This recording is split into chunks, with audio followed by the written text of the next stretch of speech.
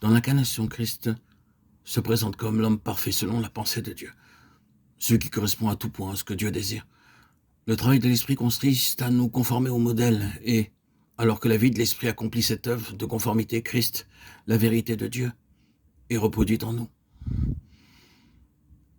Il nous l'annonce, je suis la vérité. Jean 14, 6. Nous ne serons jamais une vérité en nous-mêmes.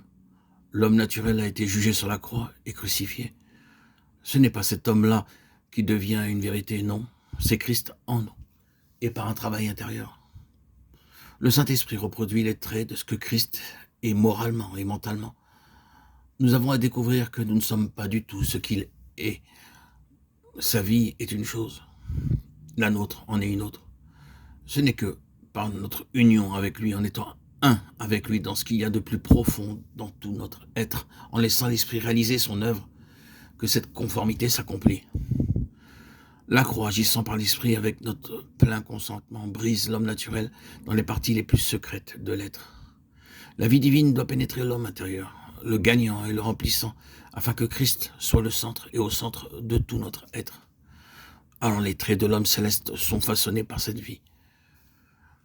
Durant toute la durée de notre vie, nous aurons à découvrir combien Christ est la vérité, le voir toujours plus, pour être davantage saisi par lui. La reconstitution interne de l'homme en raison de la chute est une œuvre immense. L'homme n'est que ruine, qu'il soit cultivé ou intelligent, ignorant ou inculte aux yeux de Dieu, il est ruiné. L'œuvre de Dieu est la même. L'œuvre de Dieu par sa vie est de restaurer l'homme intérieurement. Et cela veut dire qu'il doit passer de l'état charnel, psychique à l'état spirituel. Nous n'ajouterons rien à ce sujet.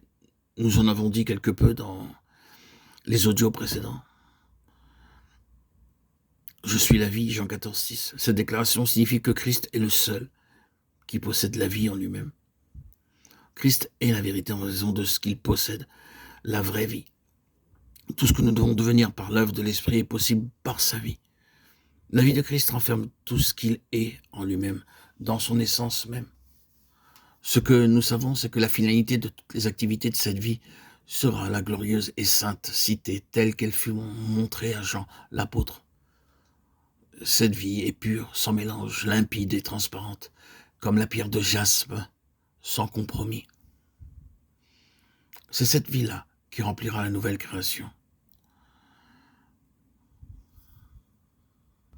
C'est en étant toujours dans l'intimité de Christ que nous serons pleinement saisis de cette compréhension, de cette vérité qu'est Christ, notre vie, notre chemin.